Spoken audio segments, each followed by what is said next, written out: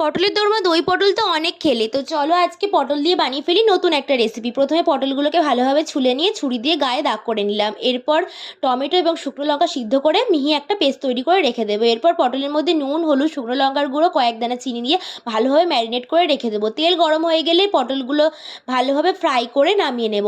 এরপর ওই পটল ভাজা তেলেই তেজপাতা, দারচিনি, এলাচ, লবঙ্গ, গোটা মশলা সমস্ত কিছু দিয়ে ভালোভাবে নাড়াচাড়া করে এর মধ্যে একে একে অ্যাড করে দেবো আদা, কাঁচা লঙ্কার পেস্ট এবং টমেটো, শুকনো লঙ্কার পেস্ট। মশলা থেকে কাঁচা গন্ধটা চলে গেলে এর মধ্যে অ্যাড করে দেবো হলুদ গুঁড়ো, শুকনো লঙ্কার গুঁড়ো, ধনে গুঁড়ো, জিরে গুঁড়ো এবং অল্প একটু গোলমরিচের গুঁড়ো।